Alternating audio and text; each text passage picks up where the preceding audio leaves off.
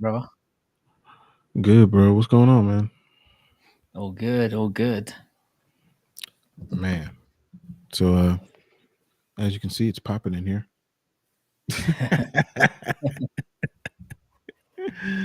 Man, it's all good. I mean, that's just how it starts, bro. I tell you what though, yeah, because obviously I added my YouTube channel to it and I didn't get a notification. Oh, you added yours to it? Yeah. Because I don't No, see no, anything. I mean I added my I subscribed on my YouTube channel so that I could jump in and see, it's just see if the notifications are working. Yeah, And I didn't get one. it's So crazy. it's very likely that that nobody else did as well. It's weird because I mean I got it. Strange. But did I? Hold up. Let's double check. I don't know. I mean, I don't know. Maybe the size of the channel that makes a difference. It could be a thing as well as what, like, when maybe you have to upload something as well. I don't know. Do you know what I mean? So maybe when the video is fully uploaded, it might be a thing. It's going to be a little trial and error anyway. It's not like Yeah, when it we is. operate on our channels and it's just fluid. Because I can't even find. Oh, Weston's up in the building. Can, What's al- up, can always Weston? can always rely on Weston. Oh man, yeah. Now my brother just texted me. He was like, "I don't see Yeah, it." it's a mixed bag. Like, I definitely didn't get a notification on mine, but it is what it is. Let me see. Let me go and send these things out. See what's up with these people. Because Yeah, I had people that were like, "Yeah, I'm gonna set a reminder." It's like, okay, yeah. There might be a thing where maybe when it's new for a little while, it takes a little, maybe it appears in some regions and doesn't in others. I don't know. I'm just throwing out random. I have no idea what I'm talking about. Obviously, just trying to come up with some kind of reason as to why it might be the case. Who the hell knows? I don't know. But I'm about to start sharing this thing out just in case. Because Yeah. Another thing as well, like I can't find the channel when I just type it in. oh yeah, no, that happened to my channel too. Like when I first started it, Hmm. I'm a big fan of Dan Cummings. Um, yeah, when I first started the making the walk channel, I mean, I could type it in verbatim and it didn't Yeah, come up. yeah, that's what I'm getting. Yeah, that's a YouTube thing. I feel like, Yeah, maybe given a little bit of time, it'll get there. yeah, It'll get whatever, there. whatever. At least once it's up, that'll be another milestone done where we've got a video up on a channel, and that'll be the start of something. Maybe we'll see a difference then once we've got actually something firmly up there. Yeah, it's always a thing at the Mm, beginning. for But sure. while we're waiting for people to trickle in, um, at least I know the people that are in here now are MMA people for the most Hmm. part. I did want to bring this up real quick. Um, dude, this Connor situation Yeah, it's with getting a wild. Isn't it? dude, like, what is going on? Like, it's got to be an injury, right? See, the fact that nobody really knows what's going on is the concern to me because it's like, is it an injury or is he just like, we're getting kind of mixed things? Is it a potential injury or is he just playing games? The fact that nobody knows is the interesting part to me. Yeah, I feel like the only person that's even really coming out with information is Ariel Hawani, and um, the thing is like I didn't think they were tight like that anymore. like they can't be like, but he's got to be getting it from somewhere because the UFC is not saying he's wrong. No, no, but they kind of let him. They kind of don't acknowledge him anymore. That's kind of how they handle him, which is how I'd Is, handle him. is don't handle him. Just ignore the cunt. Let him dig his own grave. Yeah, he's the only one that's coming with any sort of information. So I don't know, dude. I'm feeling like that fight's not gonna happen now. I mean, I'm still at the I don't care. I'm more just enjoying the whole train wreck of it. Well, the That's reason just that how I feel. the reason I do care is because of how it's going to destroy that card. Hmm. But um, I don't know. We'll see. It's train wreck, and I like to see train wrecks. So Yeah, thing is, yeah, I'd be much more vocal about this if I'd bought tickets to the event. You'd be seeing a completely different side of my take to it. But seeing as I didn't shell out thousands of pounds to go and see it, yeah, I'm not shedding any tears, to be honest. And I think they deserve a kick in the balls, personally. So fuck them, fuck yeah, them. I think the fights. My feeling about it at the moment is I think the fight still happens because I think they will do their best they can, the best they can to railroad him into doing it. I know he's not that kind of guy, but they'll be Mhm. playing that card on him, I'm sure, where it's like, do you know how much money's been put into this? Do you know how much money people have spent on tickets? Blah blah blah. We've put them at a premium because you're going to be on the card. Yeah. You're getting pay-per-view points. We haven't put another champion on the card. You're going to rake in all of it yourself. Blah blah blah. There's going to be all of that. They'll try. Um, they'll try. This Yeah, might be his just way of fucking him over, though. Who knows? could There's a whole could there's be a whole load of. It's all just speculation and theory at the moment. a lot of it. A A lot lot of of it. it. Mm, But you wanna get to talking about some of these movies? absolutely. Cool. So what we did was um we kind of uncovered or thought about some hidden gems, like some movies that aren't like super crazy popular Mm. that we like. So yeah, if there's some movies that y'all like that are hidden gems, like don't give me like, that Forrest Gump was really a good movie. Don't give me that. Uh, Oh that y'all shit, think we can't say Forrest Gump. Oh, so I've only got four now. I'm down to four. You should have told me beforehand. but yeah, y'all throw those in the chat or whatnot. But yeah, you can talk about yours first if you want. Should Hold we do on. one at a time? So I'll do one, you do one. Maybe we could do it like that. Or do you want to We just go for the whole? we can just go through the whole list since I'm gonna throw out the whole graphic. So All right, cool, um let's cool, see. cool. So yeah, these are Yeah. my five. See, I kind of it was kind of a this was a kind of tricky one for me because like I wasn't, even though we set our own rules, I was like, what, what? Them ones where it's like I'm not really sure, like, are we gonna do ones that like are completely obscure that no one's heard of, or so I kind of tried to find like a middle ground. So I have like one or two on there, or two on there very very clearly that are like hmm people will know about them, but I still feel like they don't have the kind of mass appeal that they probably deserve to get. And of the two of those, I'd say probably The King hmm is. I'd say a fair few people know about this movie, hmm but it still kind of flew under the radar considering how good it was. It was a Um, really good movie. Timothy yeah, Chalamet. Chalamet, yeah. Is it yeah, Chalamet Timothy or Chalamet? Chalamet, I think. Chalamet? Chalamet, yeah. Um, really great cast in general. Like, I mean, what I loved about this movie in particular is it had like, I mean, the premise isn't really a new one. You know, you get Yeah. like it's like I think it's a prince who's kind of living amongst the people, who's kind of separated himself from, every day. That he doesn't want to be involved in anything to do with the monarchy or anything like that. And then his father, who's like a crazy tyrannical bastard, basically, and he was played by Madelson, who I think is outstanding. The Australian actor.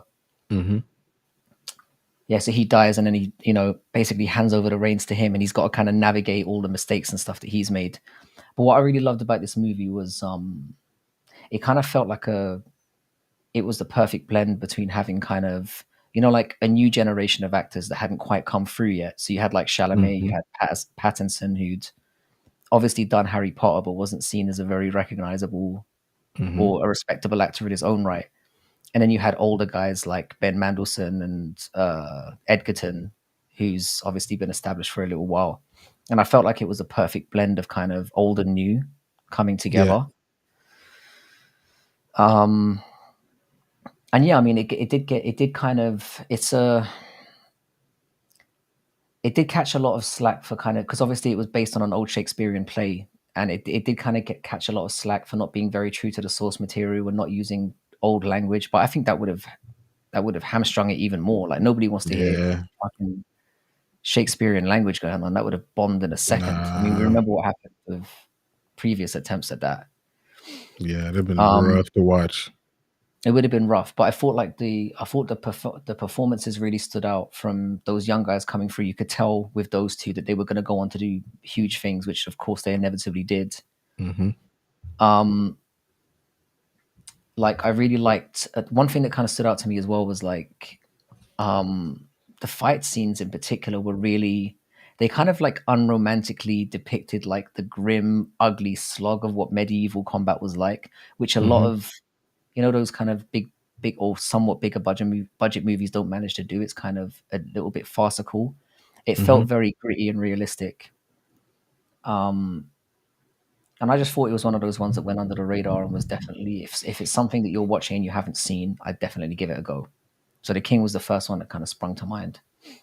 Hmm. Yeah, no, I thought that the fight scenes are what really stood out to me. Mhm. Um, because like you said, it wasn't like he wasn't like throwing up an arm bar or something, you know what I'm saying? Nuts.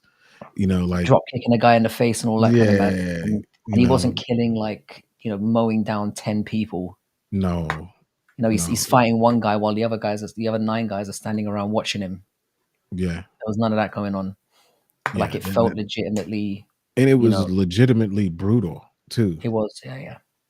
Like, yeah. It was. So it kind of stood out to me for that. Memento is what it is. I mean, a lot of people would have heard of Memento. The reason why it kind of stood out to me was like, again, a little bit of an indie one. And it was one of Nolan's very first films where you kind of got a taste of what this guy was going to be about.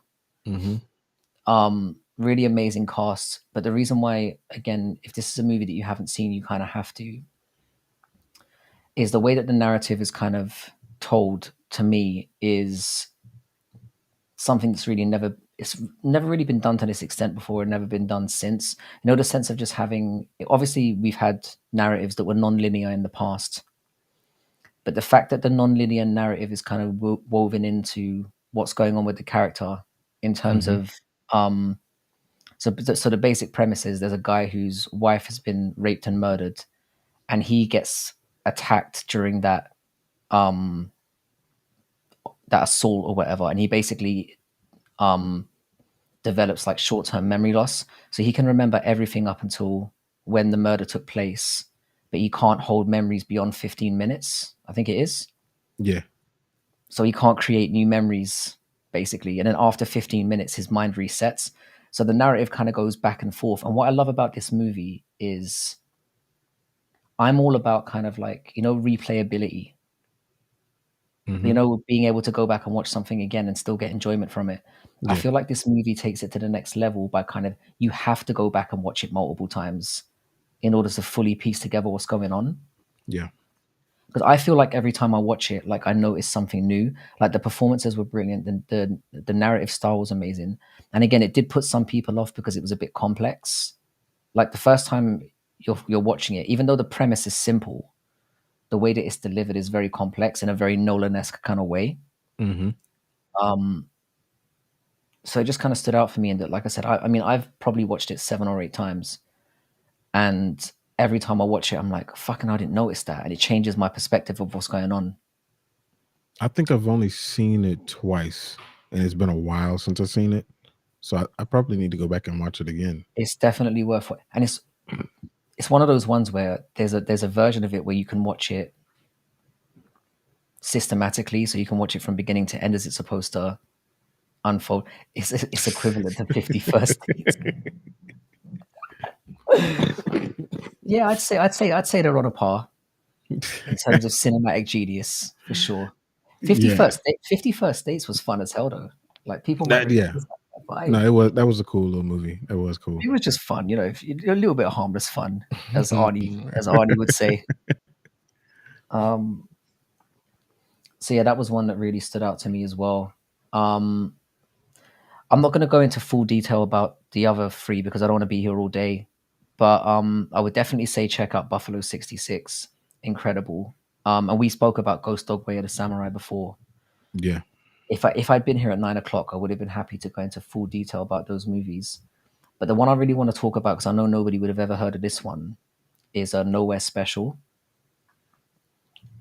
Um, Now, Nowhere Special. I'm just going to pull this up here because I made it. I just want to make sure I stay on track. So it's one of those ones that's like it's based on a true story, basically, where it's about a young father who has terminal cancer, and like his wife has fled back to Russia shortly after their son was born.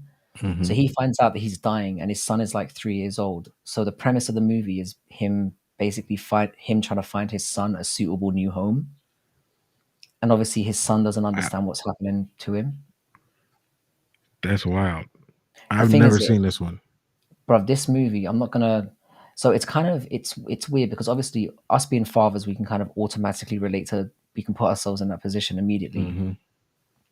But the story, it's weird because the balance of it, yeah, it's like inherently a very heartbreaking story. But at the core of it, it kind of feels like it's more about love than it is about dying. Hmm. Because it's weird because the balance of it doesn't shy away from the fact that it's a very bleak, obviously realistic situation that all of us are going to find ourselves in one way or another. Like sooner or later, we all have to face that. Do you know what I mean? Yeah. But it manages to balance the. I mean, the relationship between the father and son felt genuinely authentic. Like I'm missing the comments here. Dude, Never seen. I didn't like my son when he was born. Sorry. Matt was Wow. dude, he's insane. He's insane. Yeah. So Oh my god. all I'll say is that by the end of the movie, I was crying like a bitch. Man. So I okay. felt like it was worth I felt like it was worth because it's a Northern Irish film, and it's Yeah. definitely one that I know people wouldn't have heard of, especially in America. And yeah, so Yeah, it's no, kind of I like that one. That sounds interesting. yeah, That's 100% on Rotten Tomatoes. It's a banger of a movie, and it's one of those ones where you'd think it would be very bleak to watch, but it's quite hot. You it's a bittersweet thing when you get to the end. It's like you feel as positive about it as you do like there's a sadness, but there's a sense of hope. And it yeah. was just something that was very it stood out to me and really really touched me as a I definitely recommend it to anyone, even if you don't have kids. I mean, I think if you have kids, it slaps a bit harder for Hmm. obvious reasons. But even without it, if you get to the end of this movie and you're not crying like I said, crying like a little bitch, there's something wrong with you. Put it that way. Yeah. Yeah, that's a good one. I wrote that down. I got to check that one out. Um, okay, so let me. So my list was. I just kind of thought of like the first five movies that popped into my head Mhm. that weren't like super mainstream. Like I think that Yeah. Yeah. people have heard of them, but like Mhm. they're not crazy mainstream. So let's see. All right. So the first one is His House, and I don't know if you've heard of this one, but it's about these refugees that leave Sudan and they come to England, Mhm. and they're not they're not necessarily well received, but it's not necessarily by the people around them. It's the house. And Matt Smith is actually in this movie. Um, Oh. yeah, and yeah, I'm not gonna give it away if y'all haven't seen it, but like, yeah, it's wild. It's wild. All of mine are actually horror films, which I didn't do on purpose, but they just happen to be. But yeah, that one is very interesting, and it is pretty good. It's pretty good. Sounds The, interesting. the next one is Pearl. So Pearl is actually the sequel to X. Um, so if you haven't watched X, which maybe the more popular one. I'm not sure, but it's actually a trilogy. No, I'm not gonna spoil it. See, you didn't even like your son. It's like I'm not gonna spoil it. Anyway, That's gonna be the standout comment of this stream. Like I didn't like my it son is. when he was born. It's like boom, Yeah. Apocalypto, Oh yeah, that's my brother right there. Apocalypto. Oh hey, Apocalypto how you is doing? is uh, Apocalypto is a great movie as well. it is. It is. But Pearl is the sequel to X, and like, and actually they have another the trilogy. The last one of the trilogy is coming out, Maxine. But dude, like Mia Goth is the one that stars in it, and she is so weird, but she's so You've been trying to good, get me on her for a while. dude. Like She's weird. I mean, I told you she's married to see, that LaBeouf. summed it up. That's well. Once you said that, I was Yeah, like, she must be into some freaky shit because that guy is as odd as it gets. she's weird, and she brings it into the movie, and she's amazing. She's like the Mm, star character of it, the star actor in it. But Pearl is kind of the backstory that goes along with X, and right. you can really actually watch these like just back to back. Like they're super dope. I won't spoil that one. The next one, Hereditary, just creepy. It's just a creepy movie. There's You a see, theme I'm noticing here. yeah, I like that. But it's have you seen Hereditary? I haven't seen any of these. Bruh, that movie's creepy. Like that's one that like CJ, she won't even watch it no more. Yeah, but it's nuts. How good that movie is and how creepy it is. Um, you know what You know movies I'm a are bitch, more right? creepy I mean, when it you know I'm a bitch. You understand this, right? There's no just watch I'm a watch it with the coward. lights on. You gotta watch it with the lights on. Mm. But like, no, it's the kids. It's the kids that make it creepy. See, that. Yeah, I don't know. I love movies that utilize the kids, but like not um in a bad way. Just them doing normal stuff and make the normal stuff creepy. Crazy. Oh, there she goes. Um, so yeah, now that she just said that, Martyrs and Hereditary, Martyrs is one that actually she introduced me to. Man, that movie is nuts. Um, it is it's a little gory, a little bit, but there's a lot of suspense to it, and it actually isn't just about the gore Mhm. or anything from a horror perspective. It's about the story and what happened to these two particular girls and how this situation kind of plays into their story. Um, but Martyrs is it's a French movie too, and you know they're crazy. Oh, So yeah, they um, are. Martyrs is nuts. And the last one, Midsummer, I probably Midsummer might be the most. I've heard of this one. I've heard That because I might know be the that the more popular director one on the list. isn't the director the one who did like Us and a couple of other things. I I think think he did. I think he is did. that the same guy? But this one's got like Florence Pugh in it. My cousin is actually in this one. William Jackson Harper is in this one. Hmm. Um, but like Oh, so it's a plug. I see. I gotcha. Very. he don't need me to plug him. But no, the movie is good. So The this movie whole is good. channel, it's suddenly come out now. Nah, he doing his own thing. He good. He don't need me to plug any of his stuff. But um that movie right there is another one that's creepy. And what really stands out about that being creepy is most of the time these horror movies use the dark and not seeing what's in the dark to creep Mhm, people out. mhm, This movie, almost the majority of it is in the sun, like mhm. is full sunlight, and they still find a way to be creepy in it. But yeah, I that feel one's like I've dope. learned more about you in the last 7 minutes than I have in the last 7 months. Creepiness. Yeah. It's funny. It's funny to me, but that's a really good movie. It's a really good one. But yeah, those are mine. So if you had to recommend, like, if I was only willing to see one of the five, which one would you push the most? Ooh, Martyrs. Mars. Yeah, I think so. Okay. Not to say that it's better than the other ones, but that's the one. At least me knowing you, like that's the one that I think will hit harder. Right. Gotcha. I'll report back tomorrow or maybe in a week once I've recovered. Yeah. No, my brother put the Last Dragon earlier. Have you seen the Last Dragon, right? Wait, which one? Let me see if it's the one that I think it is. It's Oh, it's a while back here.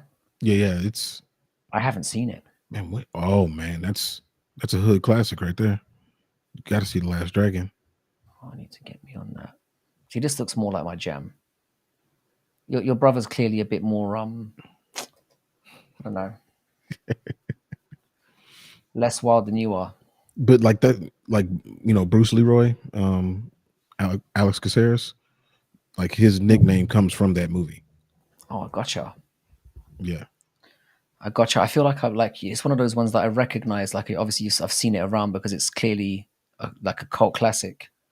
yeah, But yeah. And I haven't seen it. good friend of mine that I went to school with, her dad is the one that did the soundtrack.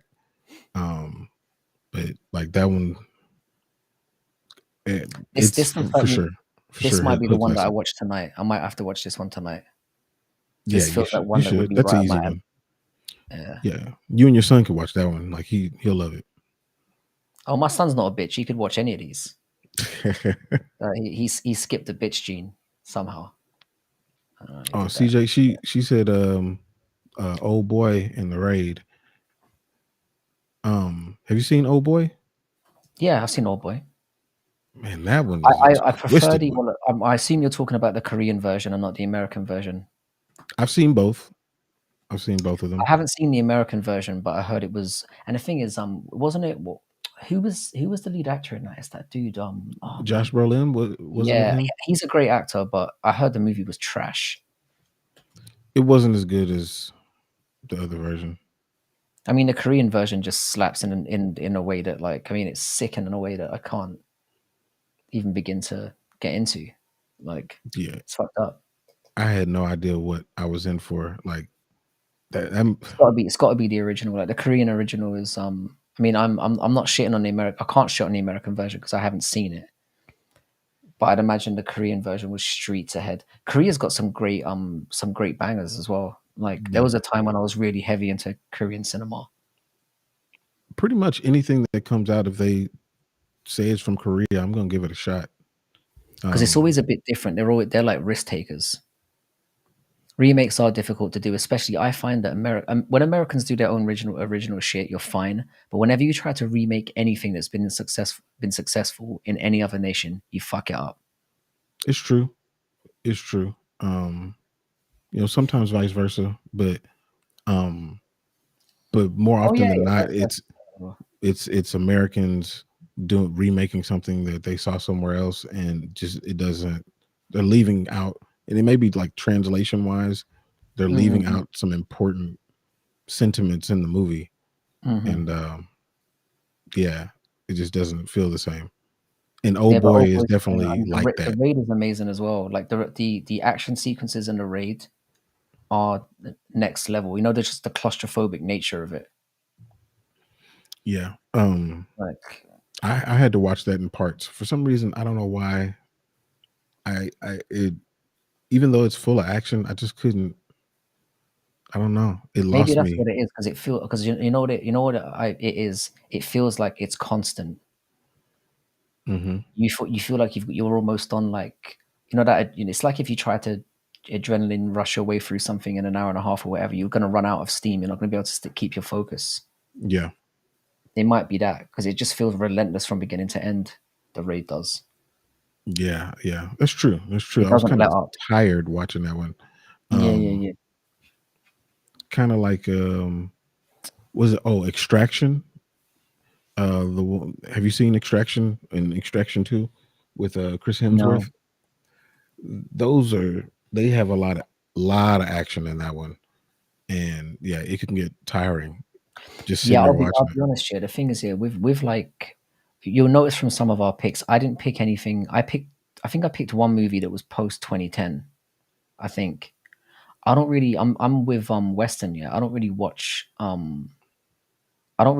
new movies unless they come to me through word of mouth that they absolutely slap. Because I've reached an age where I'm like, everything was good back in the old day. Like I'm that guy now.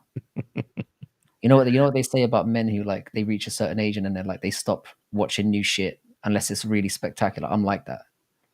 Yeah. See, Like no, that's I'm not like that. Like I watch anything. Well, almost anything. Like I'm not watching any Peyton Talbot stuff, but I'll watch anything. I'll watch anything. to remind me of that. And Yeah, no, I mean TV shows, and the thing is that with TV shows, I do watch a lot more TV shows than I do anything else because it's stuff that I can have on in the background. Mhm. Whereas with a movie, I feel like I've got to give it my complete attention Yeah, for some that's reason. I don't true. know why. I don't know why I've There's certain ones framed it in that my mind you like can that. skim that way, and certain ones that you have to be devoted to it.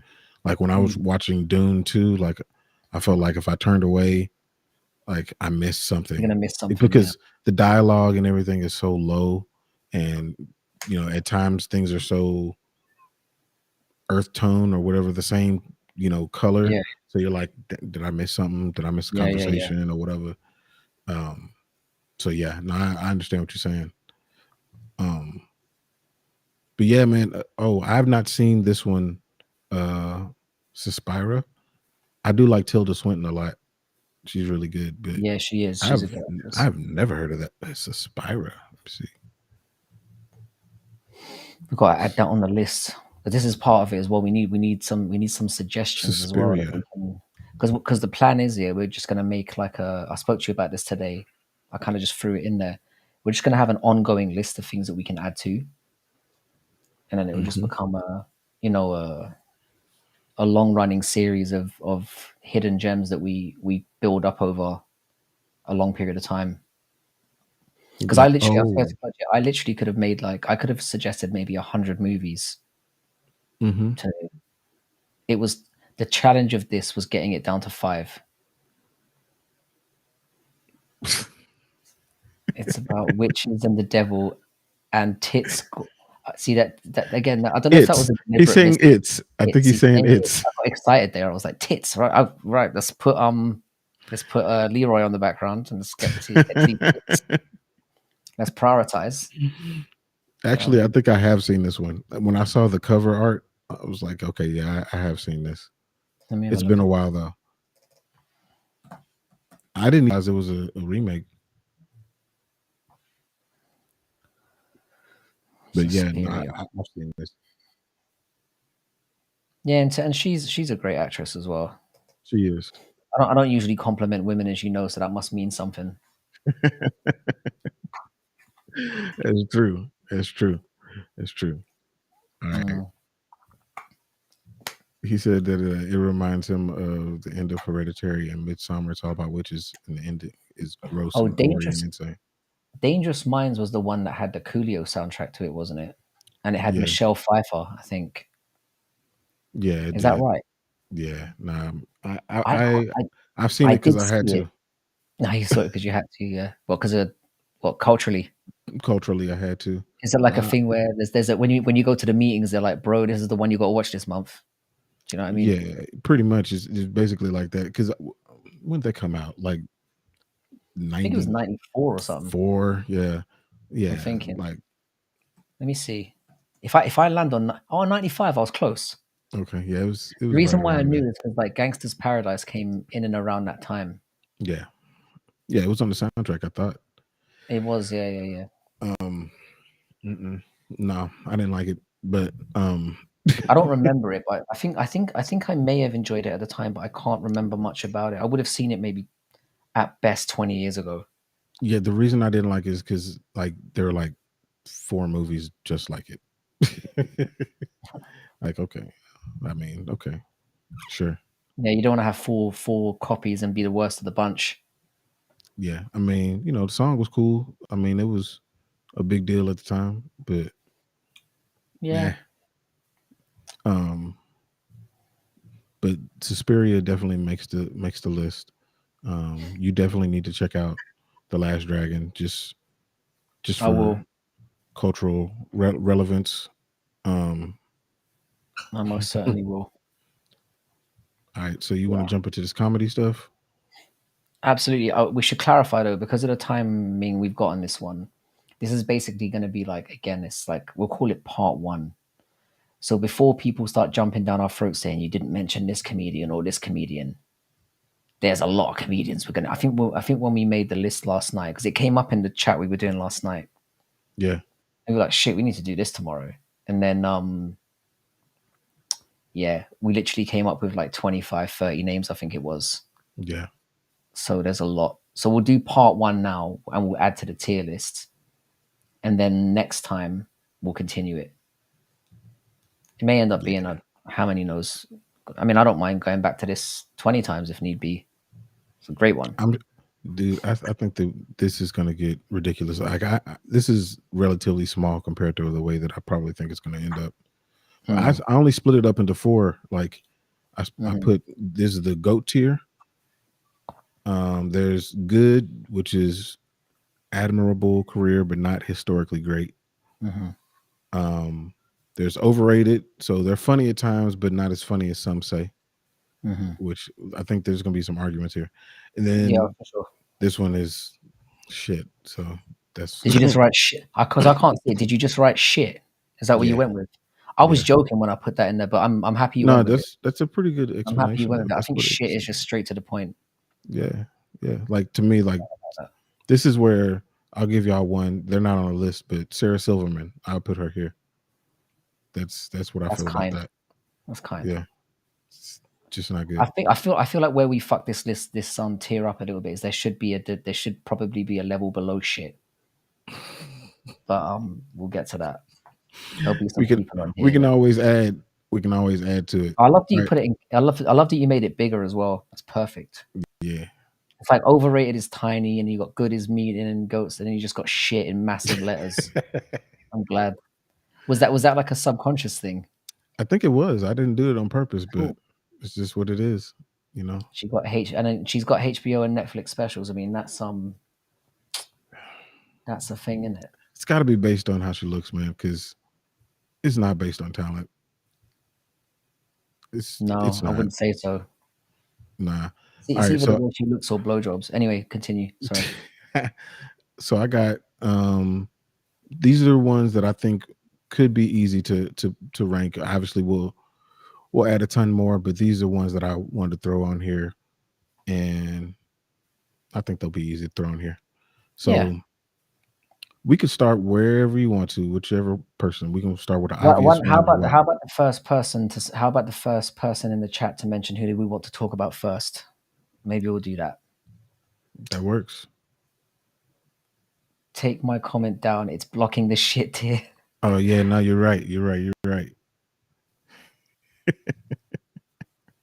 Perfect. Does anyone want to throw up a comedian we want to talk about first? Who do we want to go with first? Yeah, We'll 'cause give we it like got. 10. Jim Gaffigan.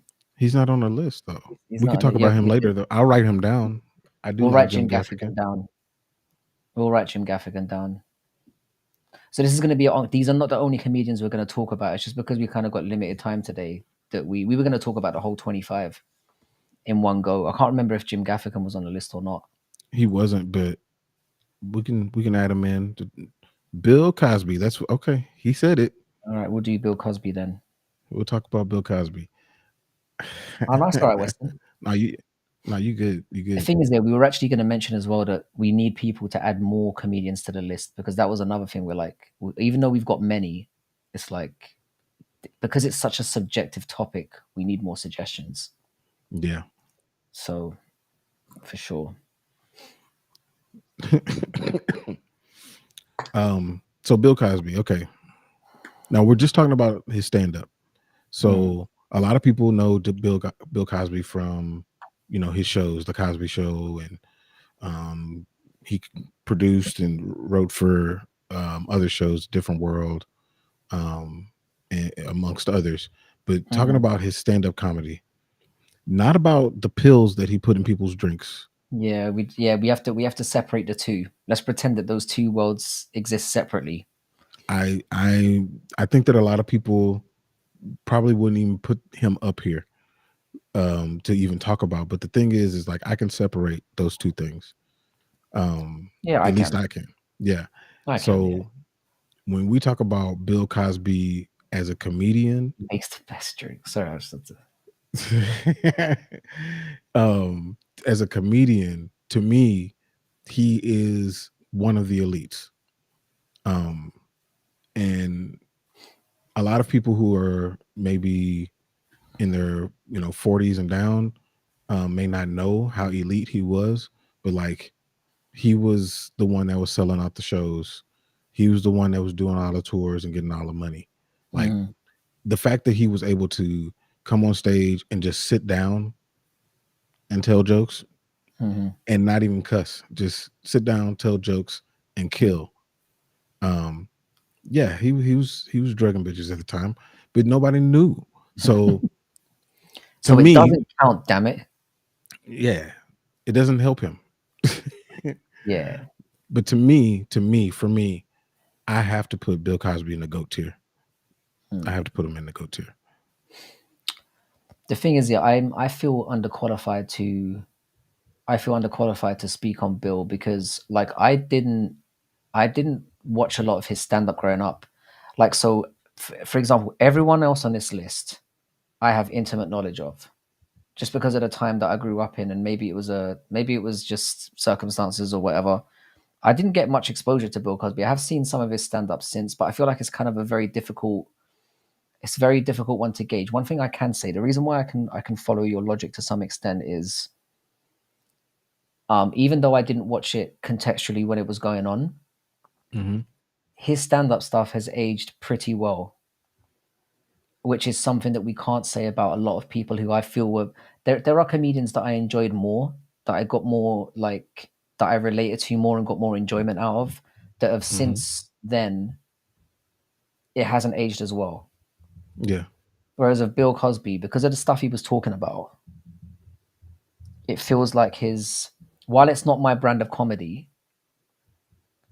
I can understand how it's timeless to an extent. How you can go back and watch it at any time, even though some of it is decades old, and you can say, yeah, I can see why you can relate to it still to some extent. So I get it from that perspective. For me, I wouldn't have him, and again, it's a very subjective list. I wouldn't have him in my GOAT tier just because he's not my brand of humor, but I can Mm-hmm. see why other people do. I can Yeah. respect the work, and I can respect the fact that he was a pioneer in a lot of ways as well in terms of the way that he did things. And he was one of the few names on this list where like he made comedy not a side act, he made it the main event, Yeah. and that's Yeah. something that needs to be respected. So like personally, like I said, I do feel underqualified to talk about it. I wouldn't have him on my goat, but I can understand why people do, and that's where I'm at with it. Yeah. For sure. Hmm. Yeah. Um, So I and think that then would be Madeline was saying one of my favorite bits. One of my favorite ones that he did was he talked about leaving his kids in charge of making breakfast, and it mm, kind of plays directly into the Cosby Show hmm because he would take some of the bits that he did on stage and bring those and make them kind of into a yeah. play on the Cosby Show. But Can I say as well, yeah, mhm, even though we're talking specifically about their stand up, I do think the way that certain comedians were able to translate into other mediums is relevant. Do you know what I mean? yeah, So like, I feel like it kind of, even though we're focusing purely on what kind of stand up career did they have, it's telling when somebody's able to transfer that level of brilliance to other mediums and to still be mainstream. Do you know what I mean? yeah, And he 100%. definitely had that. Yeah. So yeah, I'm gonna let you have this one in the hope that later on you'll let me have one. I'm sure I will. I'm sure I will. Um, but nah, Yeah, he's Cosby, out of jail. He is out of jail now, but he's a million years old. he needs help there to the toilet. Getting Yeah, in and off the bog. To be fair, like he's cooked. So, yeah. and I imagine he was in probably a very nice jail. Let's be honest. He wasn't in Gen Pop. You know what I'm saying? Nah, not at all. Nah, he was in the Not at all. country club. Might as well let him go home. For So real. All right. So who y'all want to do next? Yeah, y'all pick. We got the ones on the left. So we got Bill Burr, Dave Chappelle, Eddie Murphy, Chris Rock, Bernie Mac, Cat Williams, Kevin Hart, Bill Hicks, George Carlin, Patrice O'Neill, and Richard Pryor.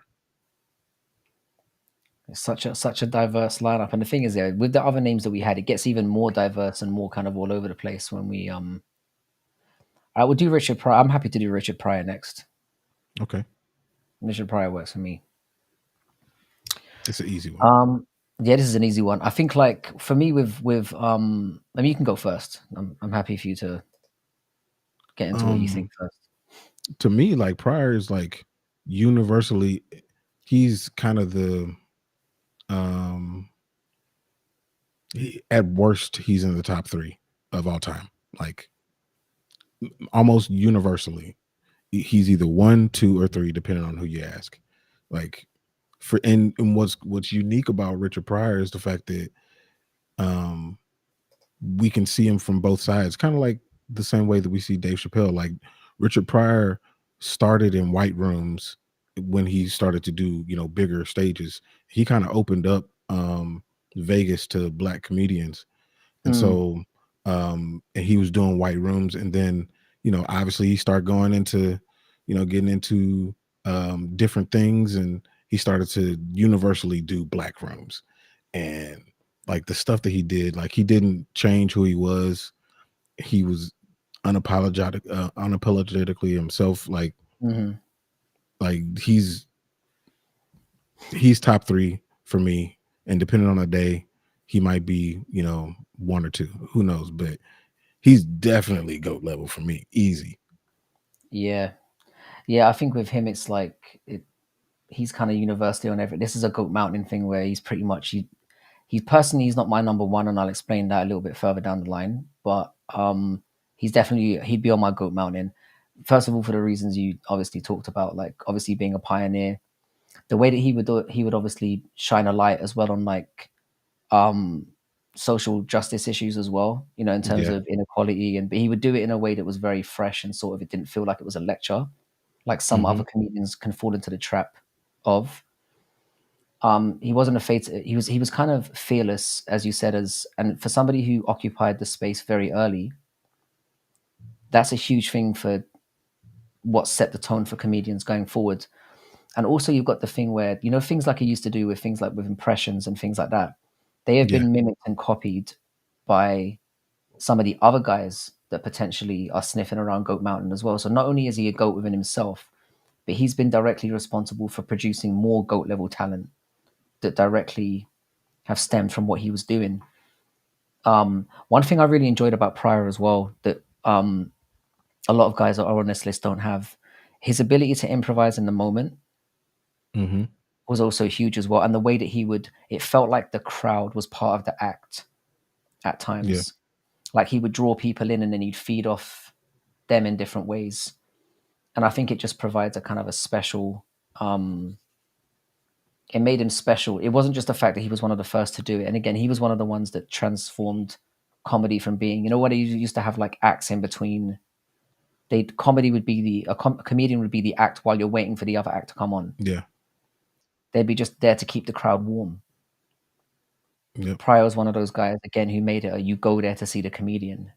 And I think he needs to go down forever in infamy for that.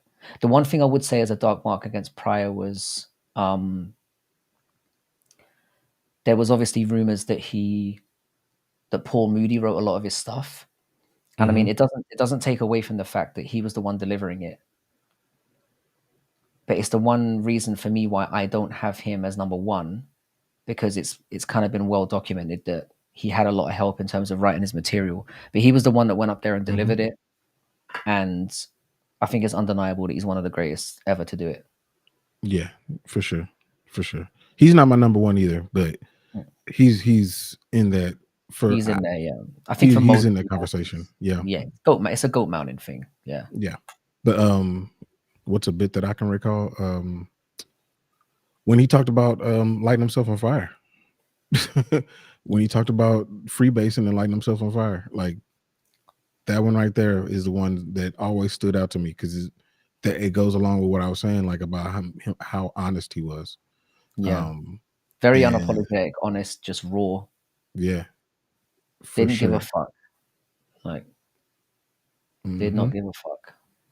Yeah. And Paul Mooney, Paul Mooney wrote a lot of stuff for him. Obviously, Paul Mooney's kind of the the thread between Richard Pryor and Dave Chappelle. Hmm. But yeah, Paul Mooney was a big part of his success, who is a person who could be honest as well. Paul Mooney was super influential. Yeah. Yeah, Paul Mooney should probably be. I mean, did Paul Mooney do a lot of stand up? He did a lot. Hmm. He did. You might be somebody I need to go and check out because I'm more. Again, it's not something I've seen a lot of. Hence the question.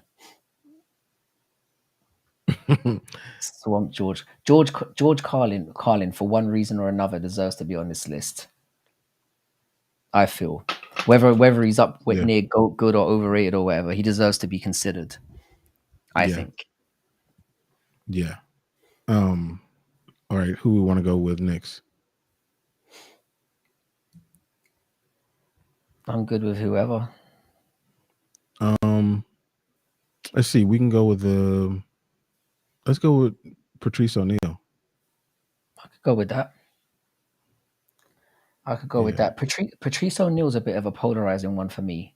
Mm-hmm. Because actually there's my boy Essay, because I hadn't seen a lot of Patrice O'Neal stuff at all. And he was one who sold him very, very heavily to me.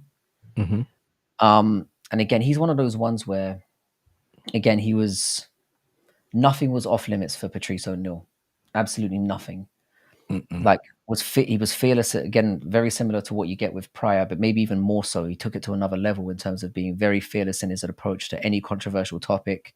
Another one who was very raw, honest, apologetic, and again was somebody who challenged like societal norms through his comedy.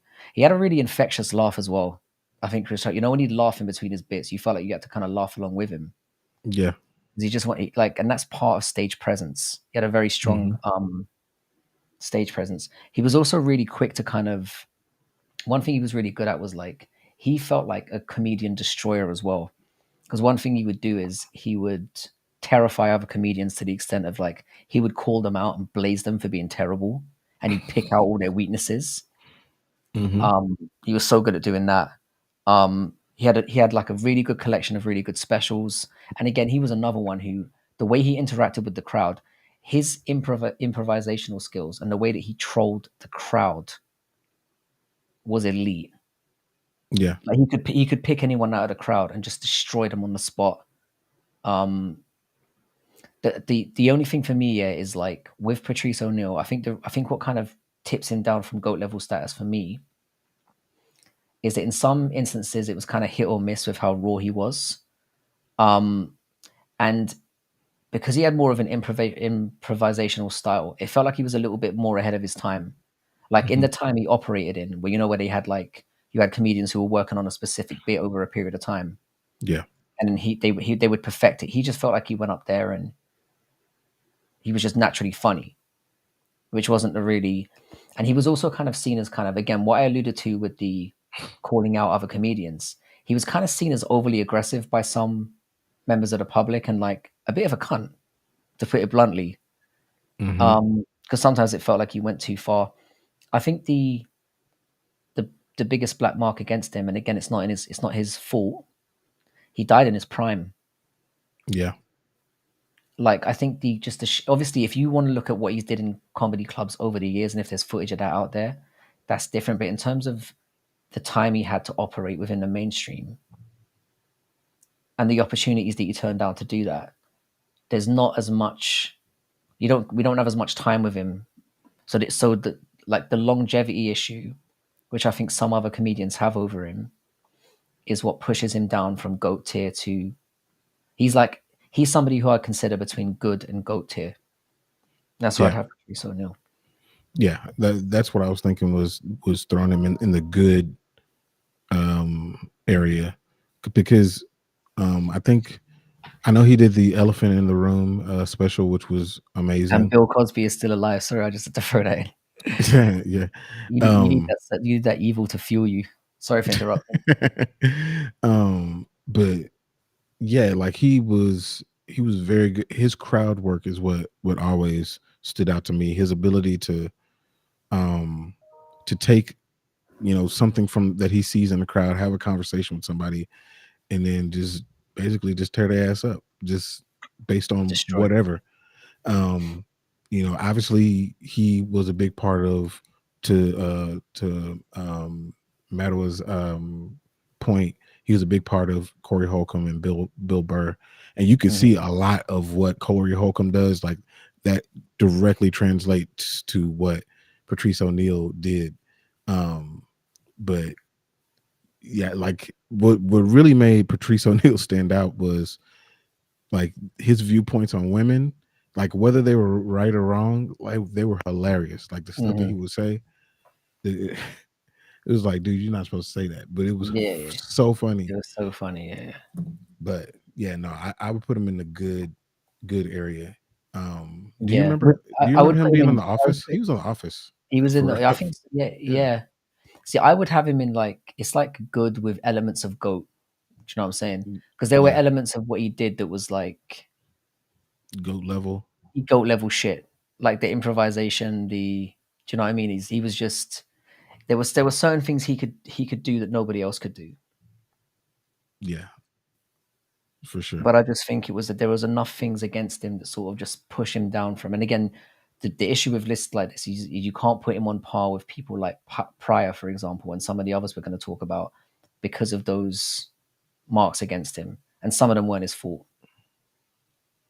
Yeah, Yeah, maybe there should be a tier in between good and goat that we can because I feel that there should be another tier between shit and the bottom, so we can maybe add to this as we go on. let's try it now. Let's see.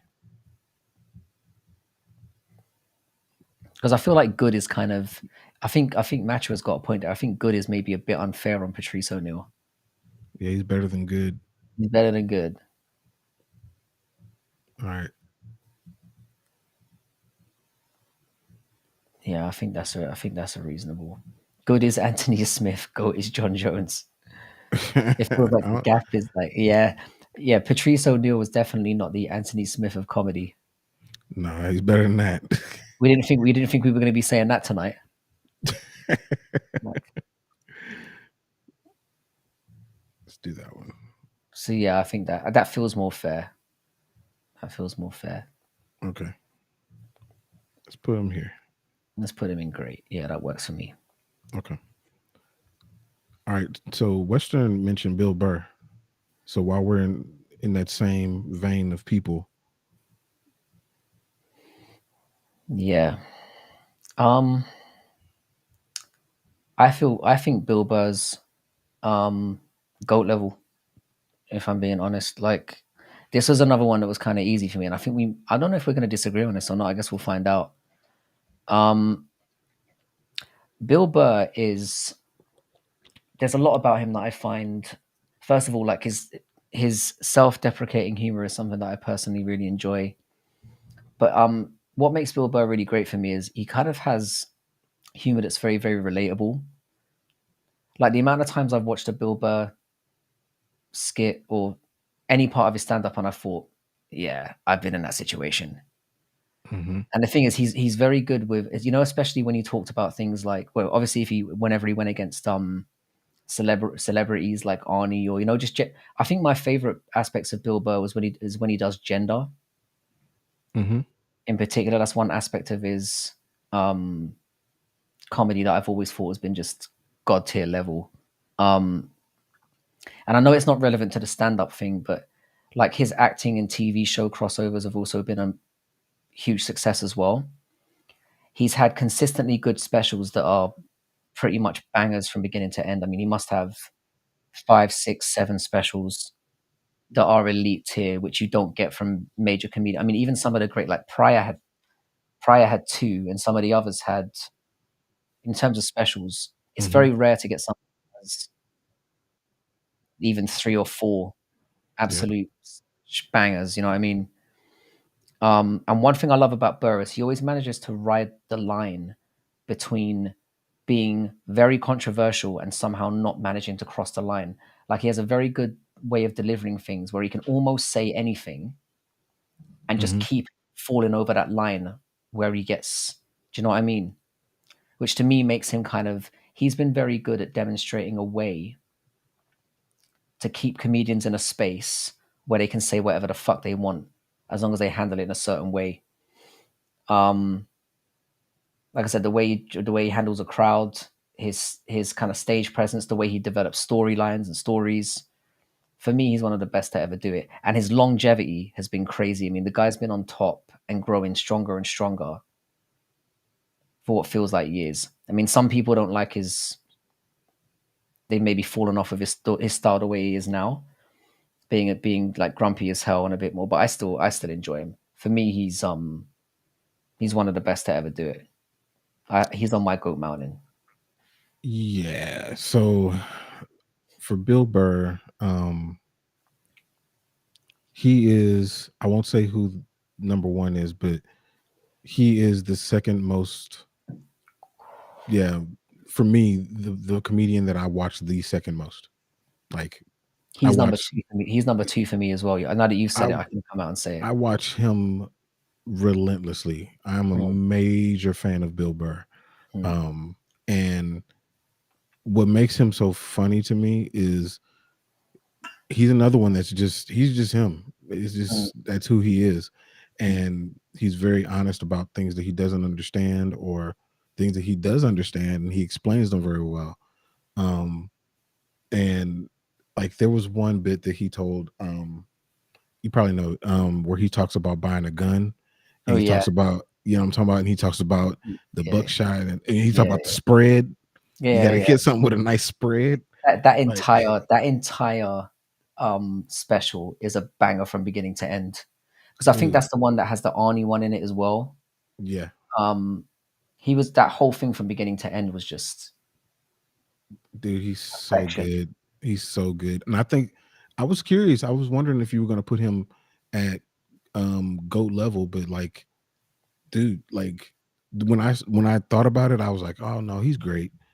But the more I looked at it, I was like, "No, no, no. This dude has put in work." If you look at Mhm, to your point, the specials that he's done, mhm. like he's got at least 5 or 6 dope specials. Yeah, yeah. Eddie Murphy has 2. Two. Yeah. We'll get to Eddie Murphy. You know what I'm saying? So like Mm. he's gotta go up there. He's gotta go in the GOAT category. Like I can't deny him. Yeah, for me he's actually second. I'd have him second. I mean, you can leave it at like that. Goat is goat. Do you know what I mean? If they're in the Yeah. conversation, they're in the conversation. But yeah, he's someone. Yeah, and very, very, very consistent. Um, but again, like you will find people who don't like Weston, for example, just doesn't.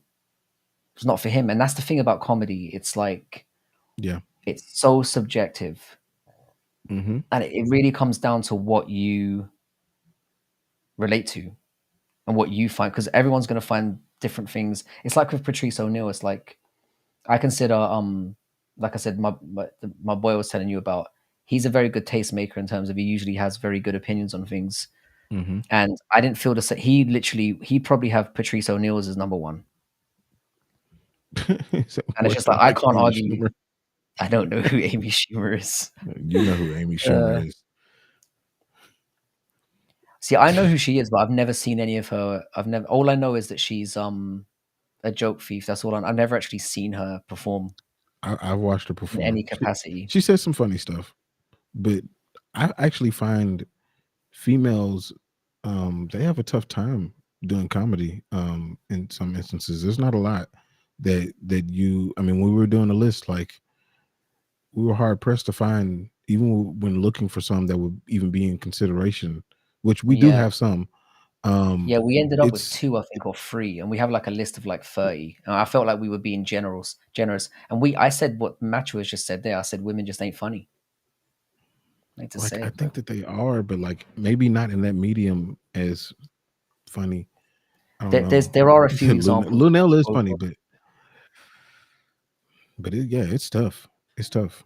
All right, so Yeah, let's Lino do wasn't even in consideration when we were talking about it yesterday. We didn't even bring her up. nope. It's interesting. Let's do two more before I have to run off and be a parent. Sounds good to me. Sounds good to me. Let's do Cat Williams. I could go for some cat. All right, with cat. With cat.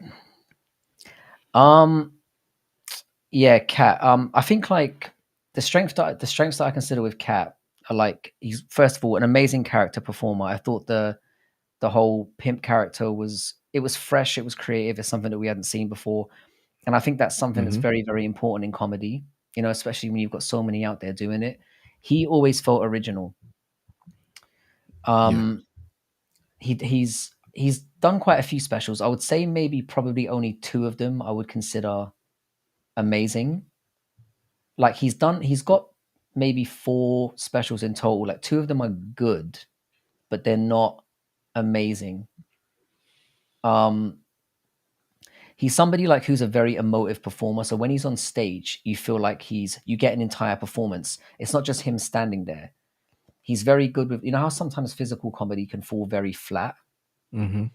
I feel like he's somebody who's an elite like physical and emotive performer.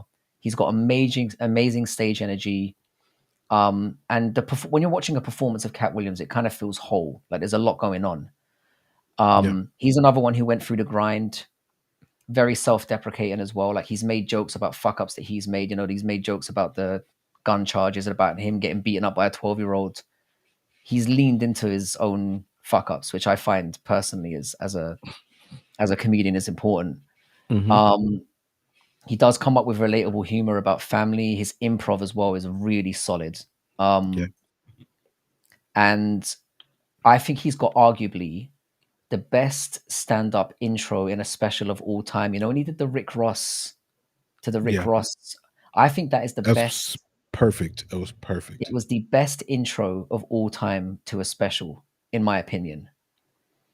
Um, but the reason why I don't have him in GOAT tier, or probably I don't really have him anywhere near GOAT tier, I do think he's very good, but he's often viewed as kind of being a bit of an over the top performer. I mentioned he can be a little bit inconsistent.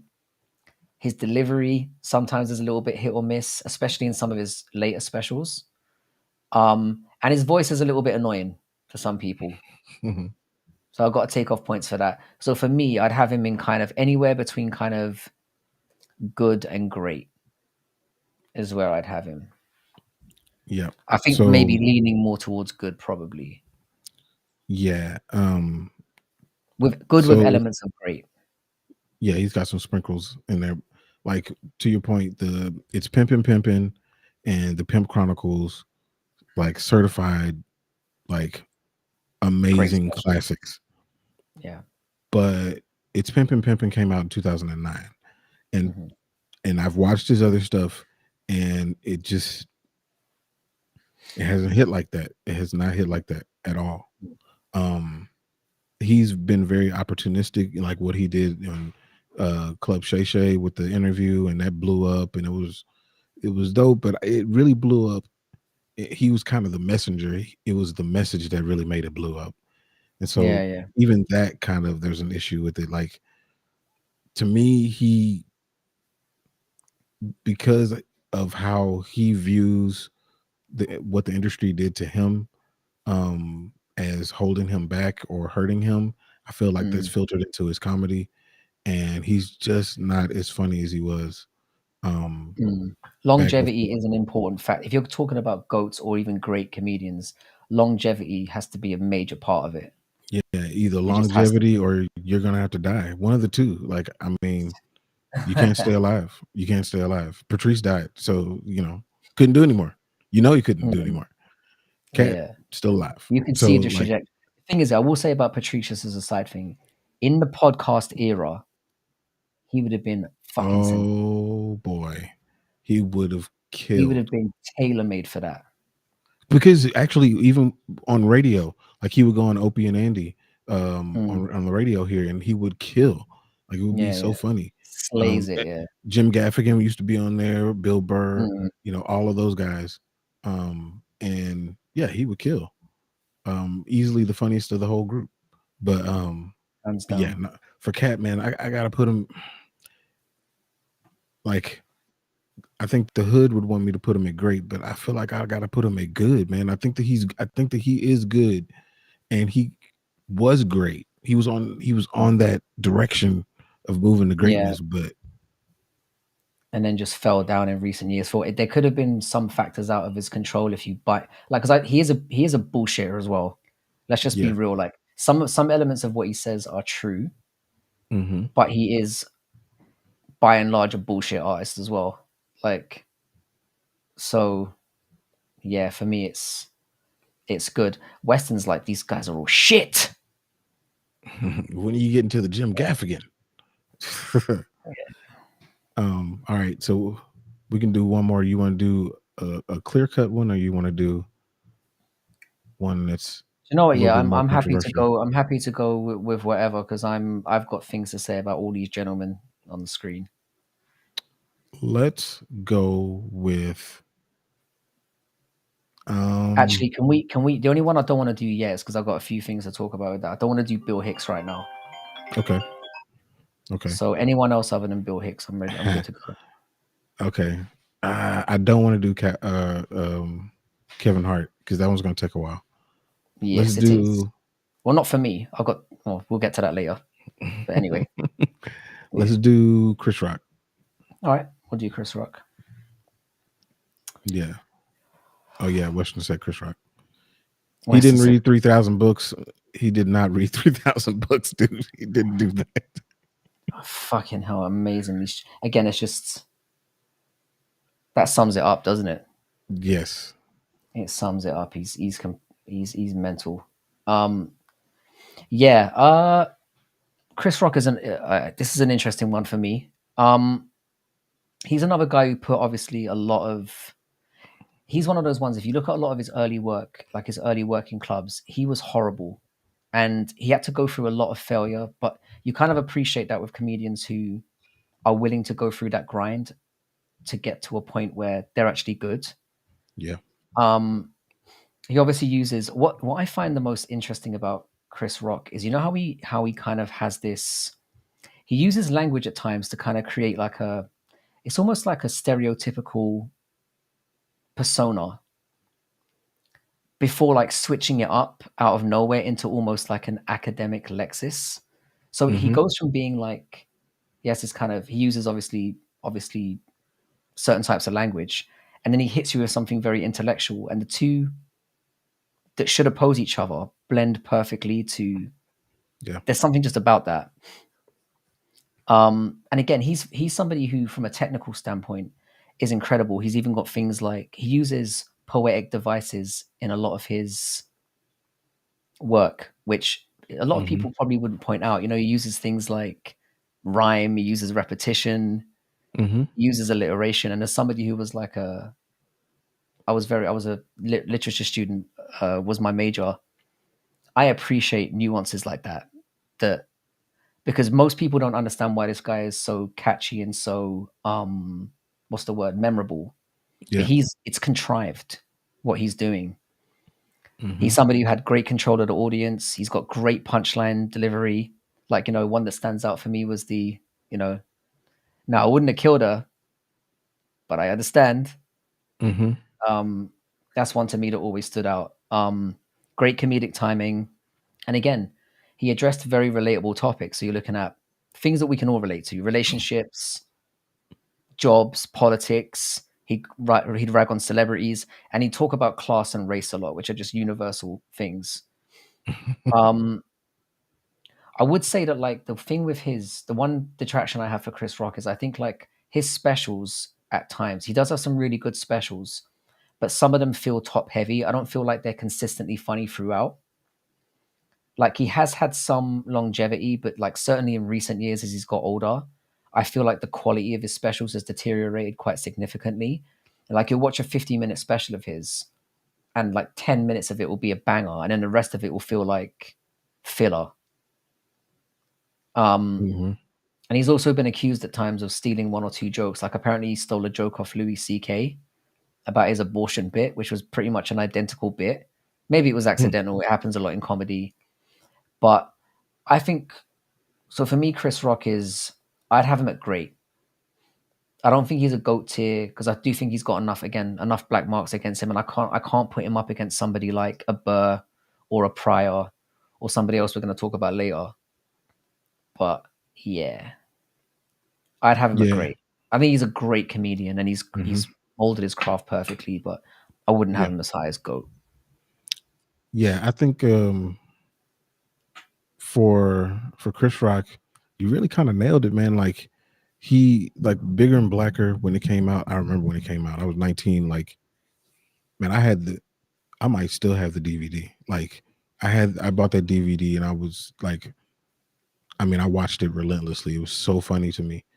But outside of that one, he doesn't have a stand-up that just hits completely through. Like the tambourine one that he had on Netflix was good. It was good, but it wasn't great. Yeah, And yeah, then his last stand-up after the slap, um, we were all just kind of waiting for the slap conversation to happen.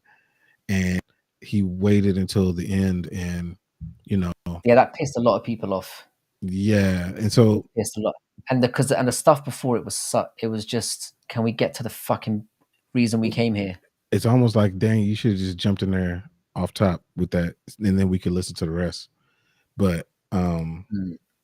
but I have to agree with you, like great tier. Like I can't put him in GOAT tier because of it, he just didn't break through that ceiling Mm-hmm. um like the other ones did. But culturally he was so impactful. He was during the late 90s, early 2000s, he Mm-hmm. was the man on tour. Like he was killing. um so yeah, great tears probably the opt. I'm glad we did that. I'm glad we created the Yeah, great because tier. it's like you say, good would have felt harsh for both him and Yeah. Patrice O'Neill. Weston's fuming right now. Was he mad at? You Oh, missed. because of this? You see, look at essays. He's piping up about Patrice now. Look, I told you he'd come in and say, "What, we talk about Patrice?" You see, Yeah. I'm glad he turned up a little bit late because he would have probably been put Patrice in goat. You see what I mean? I I told you, mean, man. I feel you, but like he's got one special, man,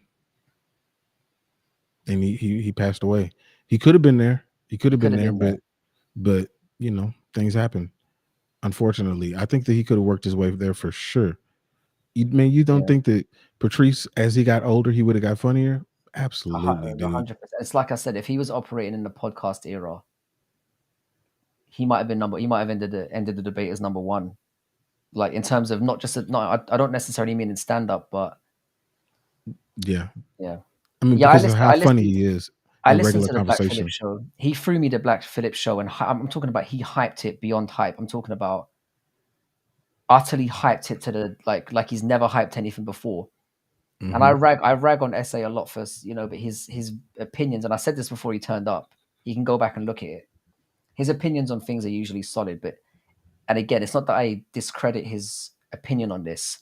I personally just don't don't have Patrice O'Neill above certain guys. Like that's what it is for me. Like I find like Burr and a couple of other people we're going to talk about just in terms of longevity and how much material there is out there. And bear in mind, essay, this is a purely stand-up argument. Yeah, we're just talking about Like stand up. if it was the whole base of comedy, then it shifts a little bit. But we're kind of focusing purely on like what they did in stand-up, which is still great. Yeah, yeah. But Yeah, that's where I'm at. so yeah, We we'll said some really nice. Sorry, before you head off, we said some really nice things mhm, about him. So go and listen to it. Go back and listen to it before you get yeah. mad and start WhatsApping me like what a stupid retard I am and whatnot. Just do me a solid. Yeah. Yeah. We need do we have a WhatsApp group? Can we get a WhatsApp group We should going? definitely get that going. Yeah. We should definitely get that going. That's all good, bro. So are we gonna jump up back on um Well, when are you jumping back on? I'm doing another live tomorrow. Okay. I was thinking of doing one tonight, but it's been a bit of a wild day. I'll see how I feel. I might potentially jump on again, jump on tonight. But to be honest, I like to leave 2 day gaps and have videos in between because MMA is exhausting to talk about on a daily basis when you're there for 3 hours. Bruh, it's rough right now. It's rough to Yeah, talk about right now. I yeah, mean, I'm just because of not. this card that we got coming up, and ugh, yeah, it's rough to Yeah, talk about, and man. it's just I don't want to talk about is Connor fighting again. I feel like he's fucking with a lot of us, so I'm just not. I'm not taking the bait. I'm not Yeah, going to talk about him again until fight night. yeah. That's how I feel about it. I'm So probably not yeah, going to stick to that, am I? so y'all that are in here, I think we're on the stream on the Frankie and Jax channel on Sunday. Sunday. Yeah, So we'll be back and we'll kick up this continue this conversation and probably talk about some Olympic stuff. But yeah, hopefully we can get the WhatsApp and everybody can jump in there and we can, you know, keep chopping it up or whatever. But we got to share this thing out so we can get more people in here. That's the yeah. main thing. It's gonna be a slow build, but I think the fact that we're talking about pretty much everything under the sun now will hopefully be appealing to people who want to take a break from talking about MMA all day, like we basically do. You know, Yeah, it's nice to diversify a bit. for sure, for sure. But Yeah, yeah, but thanks to those people who turned up. It would have been a complete disaster with nobody here. So thank you, much for appreciated. sure. Yeah. So yeah, we'll talk to y'all then. Yeah, until next time.